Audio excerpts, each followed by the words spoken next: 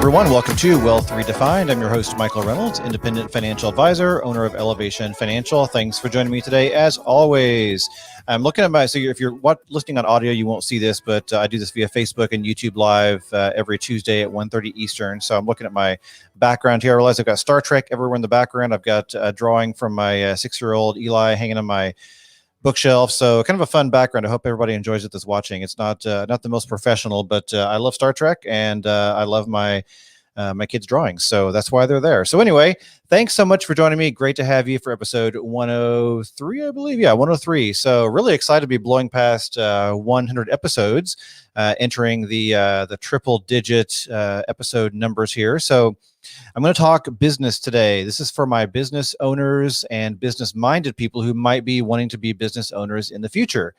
So today we are talking how to build a business you can sell. So before I turn some of you off by talking about selling a business, I think this will, if you stick with me, I think this will apply to many people who might not otherwise think it applies to them. So not everybody goes into business or launches a business or starts a new business with the idea of wanting to sell.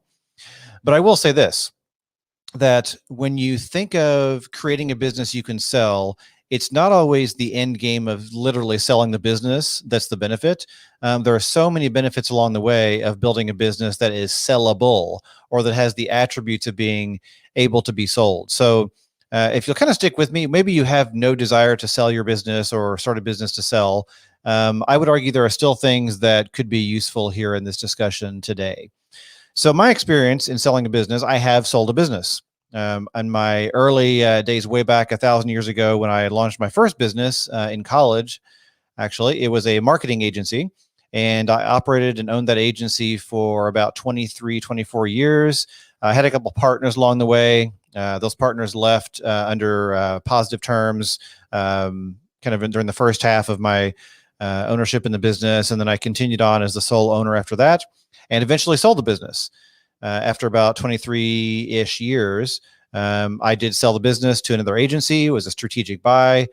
They acquired my business and had a really fun kind of crash course on selling a business in the process. It was very educational, very eye-opening, very interesting, a lot of fun to kind of learn the ins and outs. And so that's my experience in selling a business. I've also worked with others on, getting businesses ready to sell or selling, kind of working through that and have a really kind of interesting, fun perspective from all that. So that's my background. And let's talk about the mechanics and the ins and outs, the philosophies, the perspectives on building a business you can sell. So whether you are a business owner now and you're thinking of maybe selling someday, or you're going to start a business someday with maybe the idea of selling or at least building value in it, this is kind of where we're targeting the conversation today. I also want to say that there are some businesses that it's the furthest thing from your mind that it could be a sellable business. Let's say you're, for example, a massage therapist or a real estate appraiser or someone where you are the product and the business. It's literally just you. You're the one delivering the service. You're the one doing the work. And if you were to stop doing that work, the business kind of stops and kind of goes away. So even in those cases, there are ways that a business could build value, maybe not in the classic sense of just, literally exiting and selling, but there are ways you could potentially sell a business like that as well. So I don't want to discount kind of the solo, I am the service provider type of businesses as well. But anyway, let's get into the discussion. So first, I'm going to kind of go through a list of things that I would recommend looking at and focusing on if you want to build a business that you can sell. Number one, focus on scaling from the start. Start small, but focus on scaling from the beginning. If you jump into a business thinking, oh, it's just always going to be just me, or I'm never going to have more than a couple team members or whatever, and you think small from the start, you're going to make decisions that may later prove cumbersome if you do get to the point where you want to sell your business. Some examples of this. How you structure your systems and policies, even something as simple as your email addresses. So if you give yourself an email address of, first name at domainname.com, and then you start to hire people and you give them, first name at emailaddress.com. Well, if you get to 20 or 30 people, you're going to have eventually probably people with the same name on your team, and then you're going to have to figure out what to do. So, for example, if you're thinking of a business that is scaling, Email addresses might want to be first name dot last name at domain.com, so that you're scaling out and thinking of scaling and adding people. Maybe the software you choose. You can certainly get by with something small and simple when you start out, but as you grow, do you want to keep piecemealing things together, or do you want to invest in software that is going to be scalable, something that's going to grow with you, something that is going to handle bigger and bigger needs as your team grows and potentially your clientele grows? Policies, do you want to kind of figure things out as you go along? Do you kind of want to make it up as you go along? Or do you want to start out having policies that are clear and clean when it comes to things like refunds and financial transactions with your clients and how you accept money, and policies for all the what if scenarios when things go wrong? So developing those policies early on that are scalable and able to handle contingencies that may not come up today but might come up later. That is all an example. Those are all examples of scaling now, or at least thinking of scaling now while you're small, so that when you do grow, those things are in place. Next, don't obsess over funding. I see this a lot. I see so many small businesses think that they're going to get some big payday by getting venture capitalists or investors who are going to invest in their business. And that's pretty rare. It's pretty rare that people are going to invest in your business. I'm just going to be blunt. You see all these stories about these software companies that scale really rapidly and grow fast and get all this, rounds of funding, and we see all the glamorous examples of that. But that's not the norm. That is the exception. For most small businesses, whether you're a service or a product or software or whatever it might be, you're likely to not get any funding or investors. It just doesn't really happen very often. And so the quicker you kind of let go of this idea of, I'm going to get investors to help me grow, the sooner you let go of that, the sooner you make better decisions that focus on organic growth within your business without this kind of pipe dream of investors or venture capitalists. It just really doesn't happen very often. So let go of that. Don't obsess over funding. You don't need it. You probably don't want it, because it introduces a whole level of complexity, which can make life really uncomfortable. So don't obsess over funding. Next, something else you can do in your business to make it sellable or drive value in your business: develop intellectual property. This is not easy for every business, and it's probably not even super common necessarily. But intellectual property can take many forms. It can take the form of software you develop in-house. It can take the form of very detailed, specialized processes that you develop that are ideal for serving your target market. It can be content you produce. It can be course content you create. It can be whatever content or intellectual property you create that is unique to you, that serves your audience in a way that is different and better and perhaps higher value than other competitors are doing it. If you develop intellectual property, that tends to have value in a business. Someone is purchasing not just your business, but the property inside of your business, the intellectual property you've developed. So again, this is not always easy for every business. It may not apply to you, but if you have the ability to create intellectual property, that can drive the value up in your business. Next, keep it simple. I am obsessed with this tip.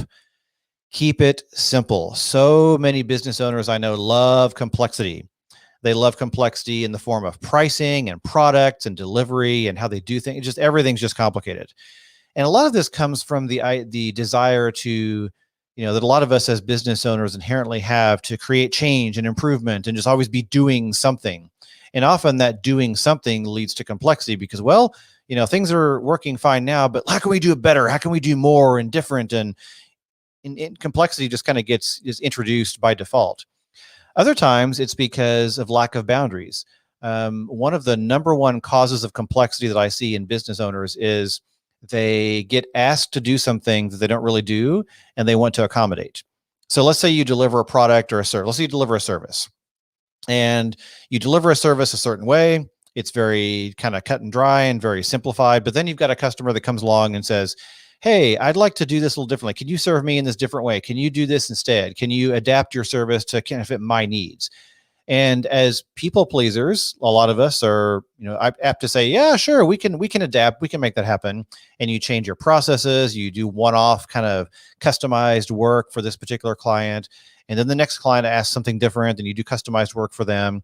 And suddenly your your service line of maybe 3 different packages is now 21 different things, and you don't have a process for half of it that's really solid, and you're figuring it out as you go along, and suddenly you've got all this complexity.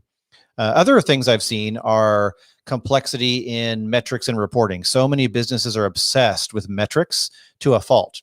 Metrics are great. You want to measure stuff, you want to kind of figure out what's going on, but metrics like if you have a larger team, hey, I'm growing my team and I want to figure out exactly what my utilization ratio is for all this stuff and all these people, and it's just you can just go down this black hole of anguish when it comes to just trying to make reporting so complex and how you deliver service so complex. And so I am really focused on keeping things simple. The simpler you can make your business operate, the higher value it's going to be for someone who takes over, because simplicity is easy. It's easy to run. It's easy to kind of jump into. So keep things simple. Next, create consistent cash flow. This is huge. This is probably one of the number one driving factors that increases the value of a business and makes it attractive when it comes to selling it. Consistent cash flow is really, really important. So a lot of times a business will operate in a very kind of feast or famine kind of mentality. It's like, hey, I get projects come along, projects dry up, then I've got this long period where there's no work coming in, then new projects, and it's just that you're always kind of chasing the next project. So in some industries, it's impossible not to do that. For example, if you're a real estate agent, I mean, it's just how it goes. You've got listings and they ebb and flow. And although I would argue any business can probably develop some sort of intellectual property that creates consistent revenue, but we won't go there necessarily right now. But let's say you're in a business that is really, really project based. It's almost hard to get out of. If you can find a way to create some sort of consistent revenue, that is really valuable. Some examples. So let's say you deliver a service. Whatever that service is, it's historically, project-based. Let's say you're an accountant and you do taxes and you do, cleanup bookkeeping a few times a year for people, and it's very project-based. Well, nowadays, most accountants have realized that putting people on kind of a monthly subscription or a retainer is much healthier for the business and better for the client, because every month you get that consistent revenue coming in per client, and you've got that consistent subscription happening, which you can count on. You can forecast based on that. So consistent recurring cash flow is an extremely valuable asset or attribute of a business. So in most service businesses, this is kind of a struggle. So a service business will typically struggle with this because they're usually very project-based. But the more you can get your clients on subscriptions or automated monthly billings or retainers, or let's say you don't do that, but let's say you diversify your client base in such a way that you're always getting new orders coming in, always new projects coming in, because you have such a wide client base that you're serving. So something else that can lead to consistent cash flow, which is tougher, is a marketing machine, kind of a marketing system. A marketing system can apply to a project-based business and ensure that you have a more consistent flow of projects coming in. That's tougher because building a marketing system that does that is very difficult. It can be done, but it's very difficult. You've got to build funnels and content and a whole machine that kind of pulls in leads constantly, but it can be done. So think of ways in your business as you start, as you grow, as you develop, that you can create consistent cash flow through either subscriptions or repeat orders and projects, or a marketing system that brings in consistent leads, or continuous upselling. Whatever you can do to generate consistent cash is super valuable. Next, clean and current financial statements. So many business owners just kind of ignore their books. They don't have anyone doing bookkeeping. Maybe they haven't even filed tax returns for a couple of years. There's really no records financially. It's just basically just kind of some receipts laying around, and they don't really know, what their financial statements look like. That's kind of a mess. And if someone wants to buy your business, then, that's going to be a mess. They're not going to want to see that. They're going to want to see clean financial statements. So one of the best investments you can make is to subscribe to an accountant that will do your bookkeeping for you on a regular basis, every month, every quarter, every year at the very least, but every quarter at minimum, I would say, is more ideal. And of course, doing your taxes. So that is one of the best investments I have ever seen any business owner make, is investing in bookkeeping, clean reports, and being able to have those reports readily available for people that want to see them. So potential buyers. Also, it's just good for everything. I mean, for example, in this past year, we've seen a lot of government aid being tied to good reporting, good tax returns. So it's just good practice in general, but especially if you're going to sell your business, the first thing the buyer wants to see is your financial statements. Make sure they are up to date, they are current, they are clean. Next, invest in your brand. Your brand has value, or it can have value. This is often overlooked.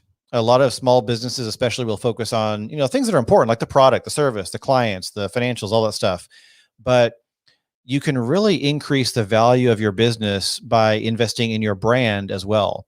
And it's not just, like how much you spend on your logo, for example.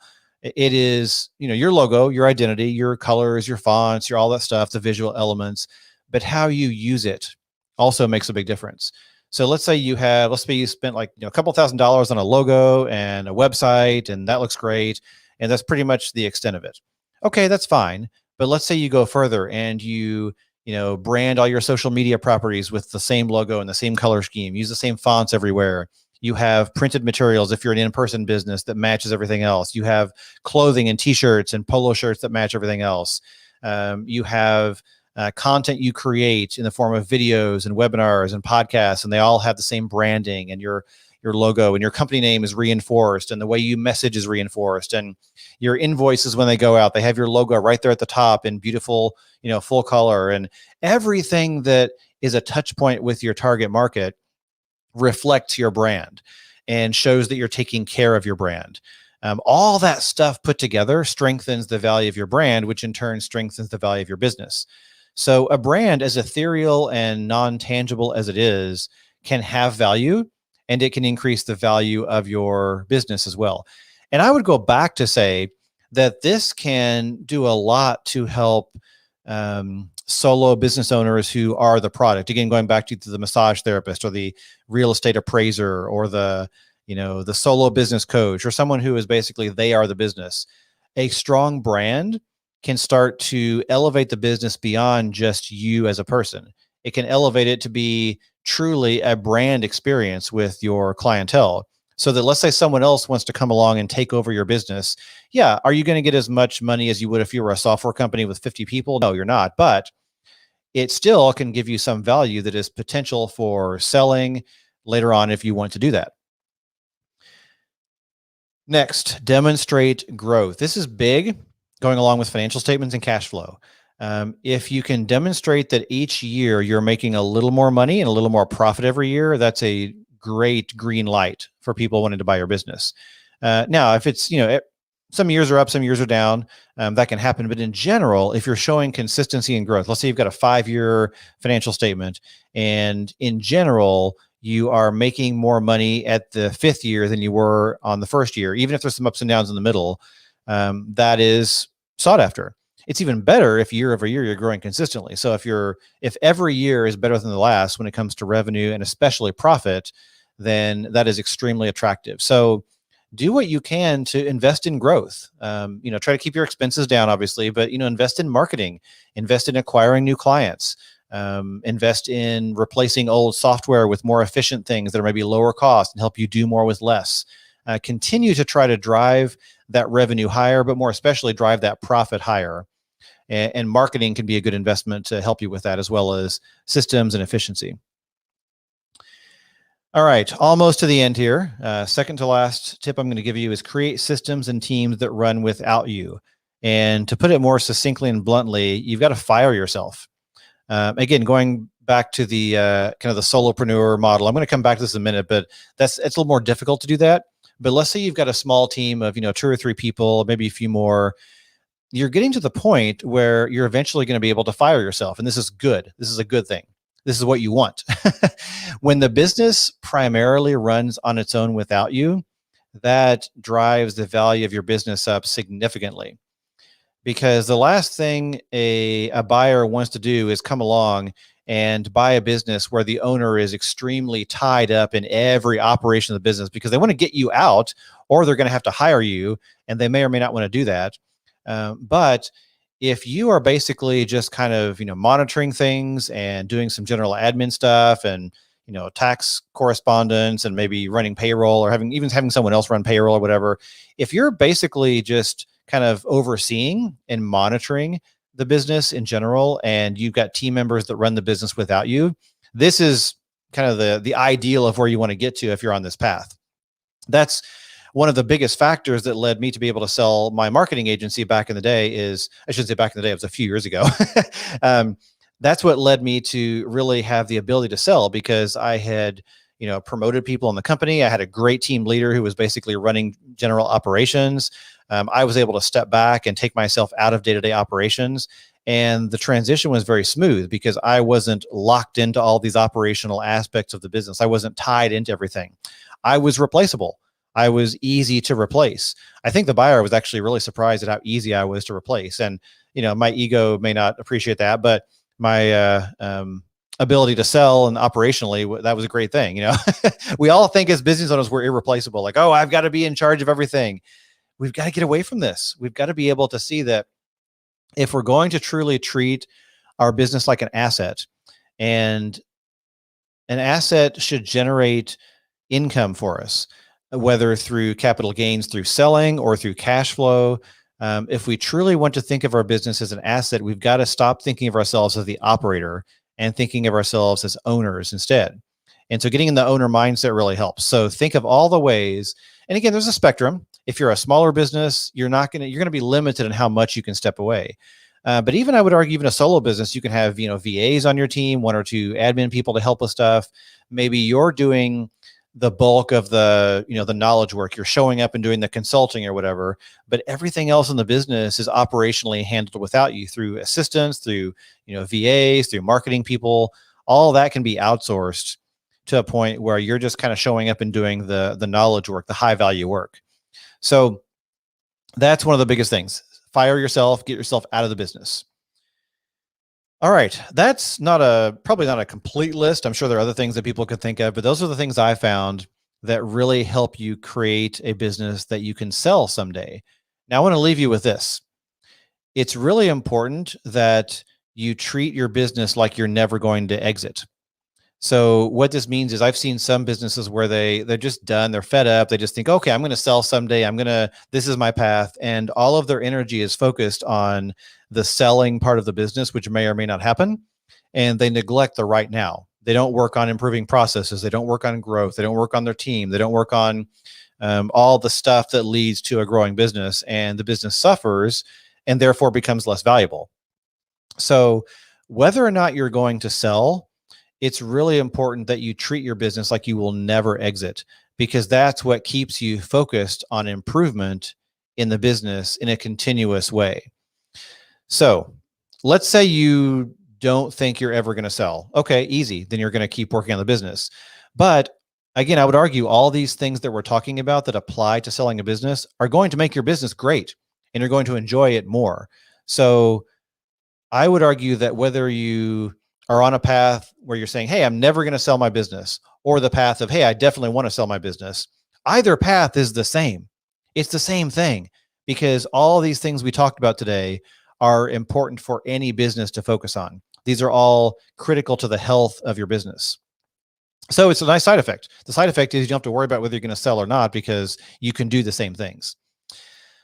Also, if you're going to be on the path to sell a business and you decide not to later, you've got a business that is, working well and giving you cash flow and is a great lifestyle. So again, either or works great.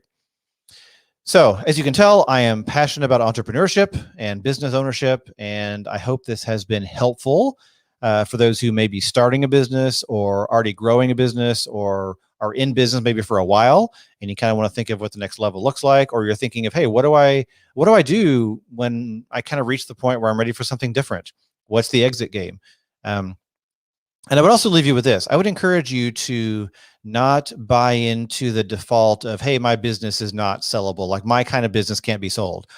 I have seen businesses get sold that were very surprising to most people, because they think, oh, well, that kind of business can never be sold because the owner is the business, or they're the product or whatever, or it's a one-person business, or, that type of business just can't be sold or whatever. There's always ways to do this. There's always ways to sell. So don't give up on the idea that don't think of your exit plan as just, oh, I'm going to shut down and just give up someday. Like, I'm just going to kind of, walk away and do something else. try to make sure that you're actually getting some value from it, whether it's through selling or some other kind of transition. It can be done with just about any type of business. So keep that in mind. Don't let go of the idea that you can have value in your business. So with that, as always, you know where to find me. My website is elevationfinancial.com. I would love to chat if you have questions about this topic or anything else. You can book a meeting on my homepage using that big friendly button. The first meeting is free. It's complimentary. It's called a money session. So we'll chat about whatever you want. And if you want to just send me a message, you can do so on the contact page or email me at podcast@elevationfinancial.com. As always, thanks for joining me today on Wealth Redefined. Have a great day. See you next time.